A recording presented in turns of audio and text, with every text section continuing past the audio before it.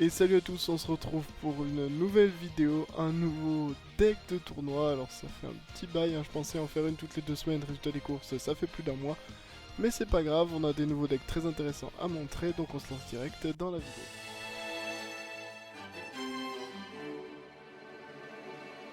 Et on commence directement avec un deck Crystron. Alors d'ailleurs j'ai beaucoup parlé de ce deck déjà dans une vidéo, donc je vais pas refaire tous les combos ici. Si ça vous intéresse, je vous laisse le lien dans la description et sur une petite fiche au-dessus. Donc n'hésitez pas à aller voir ma vidéo, elle n'a même pas une semaine, donc les decklists sont assez approchantes. Donc en ce qui concerne cette decklist, elle est de Dueling qui va sûrement être le Crystron Expert sur Dueling's Meta, ça veut dire celui qui aura fait le guide sur le deck, donc voilà. C'est un très bon joueur de Crystron qui a vraiment l'habitude de jouer. Il a gagné le tournoi Battle Phase 6 avec, et la petite particularité c'est qu'il joue avec la compétence raclée qui n'est au fond pas si utilisée que ça. Alors, un deck très standard, un 2 Souffle-Finir, 3 Morigre, les évidemment recycleurs de ferraille qui sont votre meilleur opener pour voilà, démarrer vos combos sur votre premier tour. Citri également en 3 fois, 2 Rosenix, et la particularité c'est qu'il ne joue qu'un seul Ryan. Alors, il considère que c'est pas la peine d'en avoir plus pour faire des combos, c'est vrai que moi j'en jouais 2 voire 3, mais apparemment il n'a pas de problème. Autre chose intéressante, c'est qu'il joue un Nishipachi. Alors pourquoi il est là? Tout simplement parce que, comme vous le savez, vous pouvez faire Bourreille pendant le tour de votre adversaire grâce au combo donc, que vous avez avec Citri. Enfin, pour Bourreille, ce serait plus exactement Ryan plus un niveau 4, donc plus Rosenix. Et vous pouvez synchro ça pendant le tour de votre adversaire.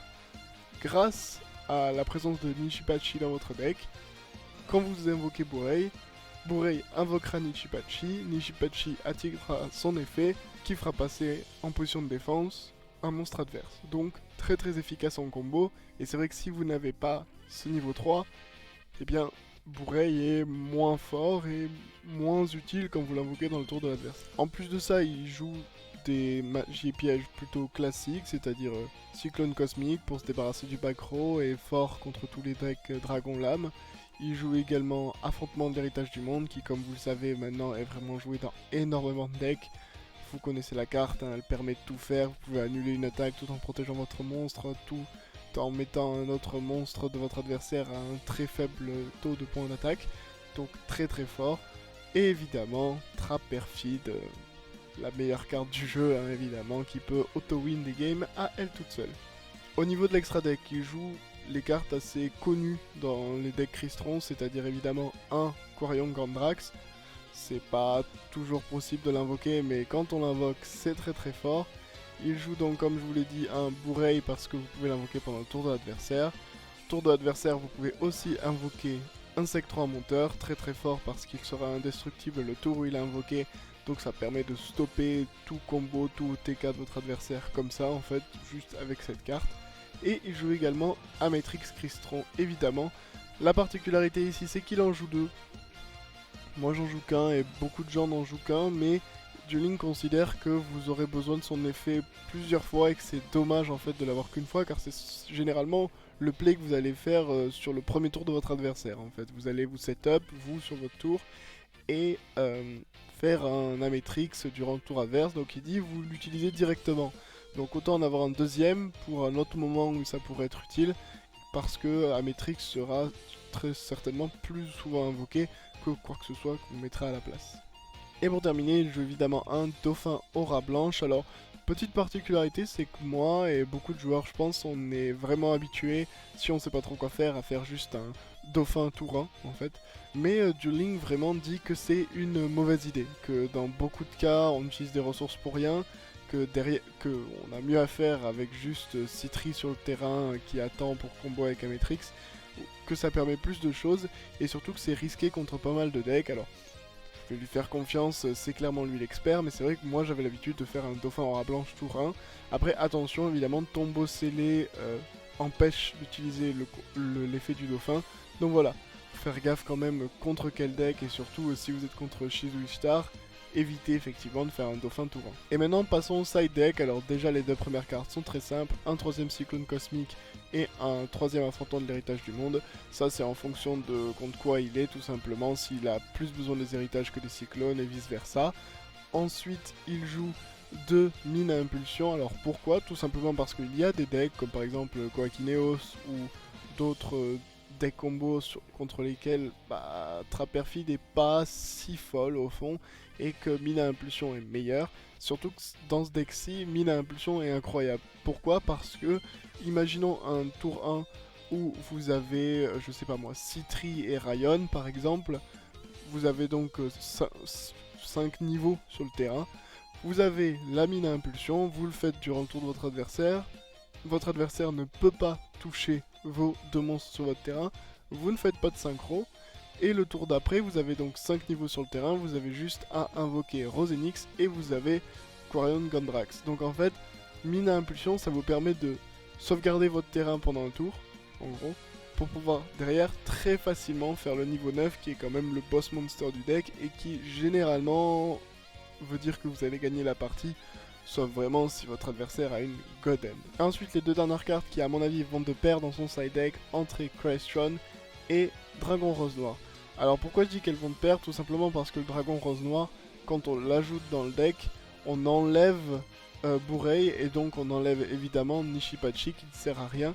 Donc autant rajouter une carte comme Entrée Crystron qui augmente la stabilité du deck. Ça va permettre évidemment de défausser quelque chose pour souvenir et vous pouvez la bannir du cimetière, donc pas de problème avec Trap-Perfid. Et puis ça permet aussi de moduler le niveau de vos monstres sur le terrain pour avoir plus facilement des invocations synchro. Donc voilà, des très très bons combos qui vous permettent de surprendre votre adversaire. A noter évidemment que si jamais un 3ème cyclone cosmique ou un 3ème affrontement de l'héritage du monde était meilleur, Dueling pouvait juste rajouter ça à la place de l'entrée Crystron.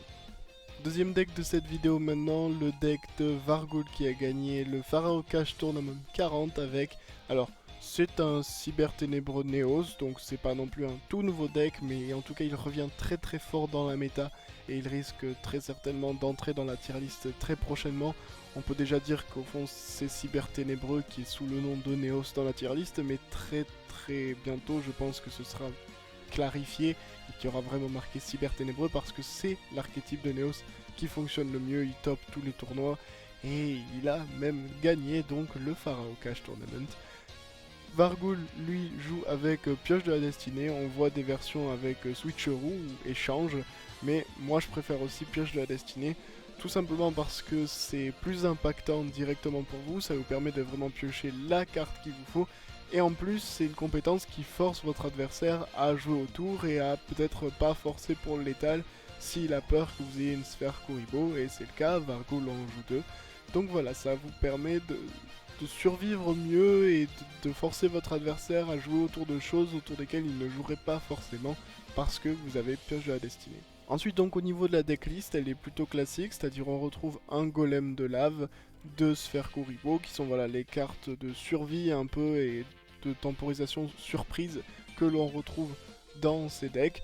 En plus évidemment le golem de lave se met très bien avec Fusion Neos car il y a le paquet Neos évidemment, Fusion Neos, Neos, le Sauveur Beacon et l'extra deck Neos le Brave plus Chevalier Neos.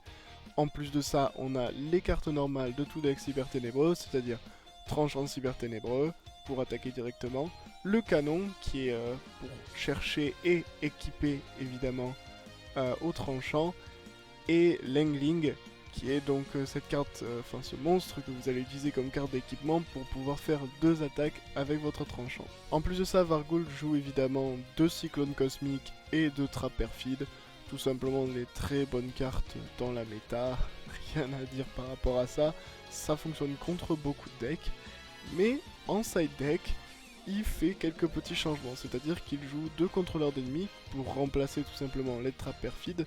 Alors comme je l'ai dit pour le précédent deck de Dueling, effectivement il y a des decks contre lesquels Trap-Perfid c'est pas si fort que ça, et donc autant les remplacer, et contrôleur d'ennemis dans ce deck se met extrêmement bien. Pourquoi? Parce que vous pouvez faire plein de combos évidemment pour aller chercher le létal, mais surtout un combo très connu. J'invoque Lava Golem spécialement.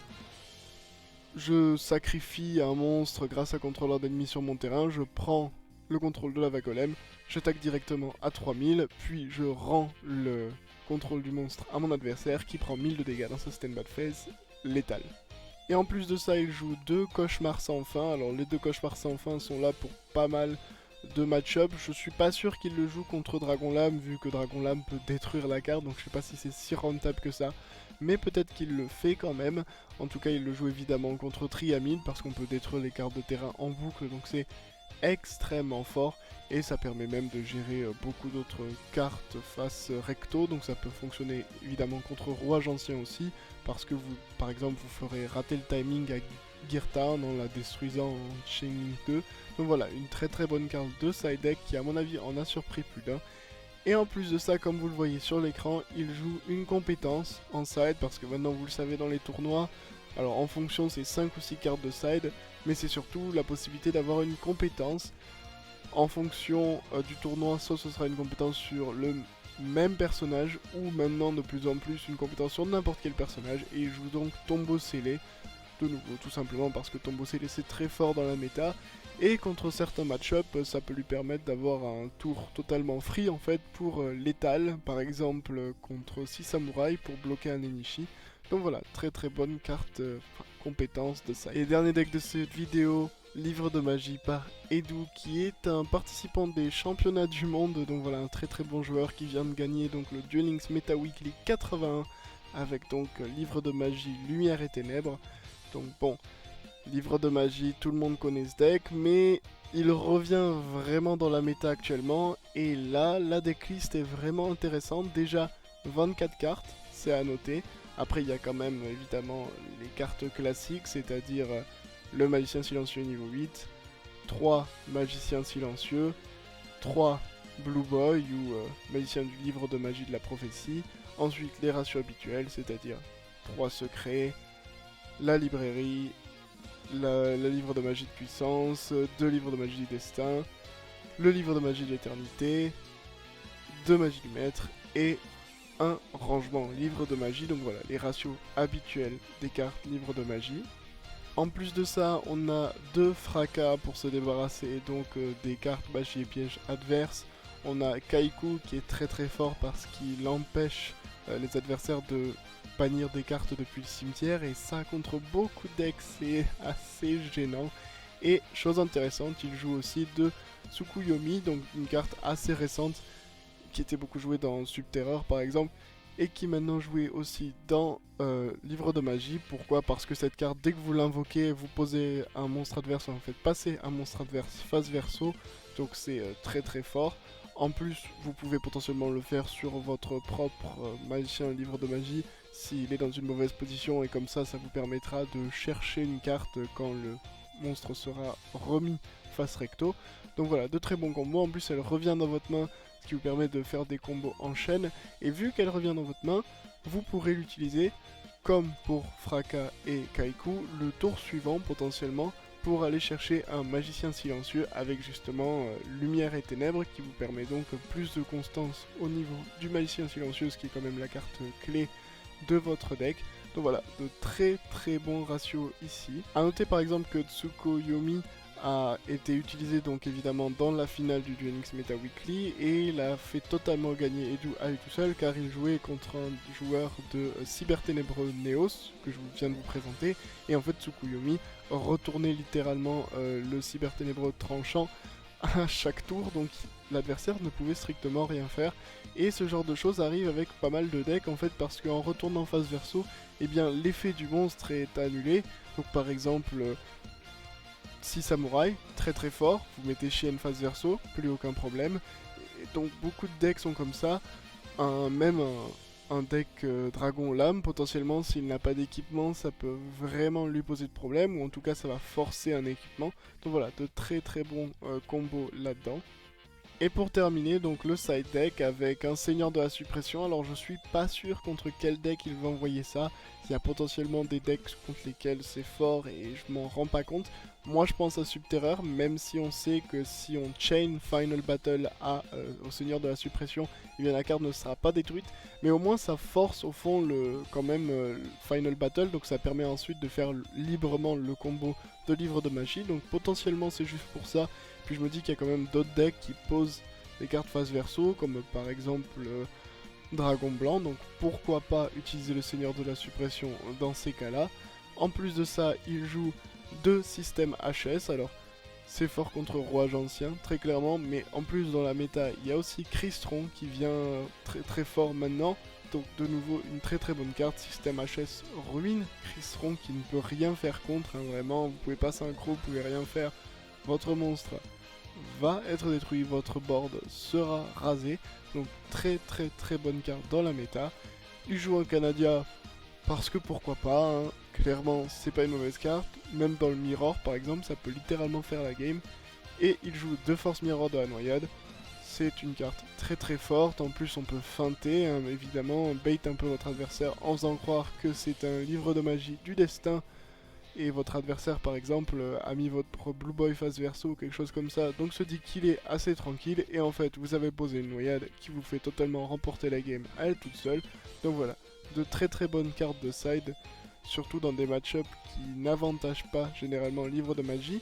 Donc voilà, c'est selon moi un très très très bon deck et on comprend sa victoire. Et c'est ainsi que se termine cette vidéo, j'espère qu'elle vous aura plu. Si c'est le cas, n'hésitez pas à la liker, à vous abonner, à me rejoindre sur mes divers réseaux sociaux qui sont dans la description. Vous connaissez la chanson. Je vous dis à très vite pour une nouvelle vidéo, c'était Ankara, and I'm out.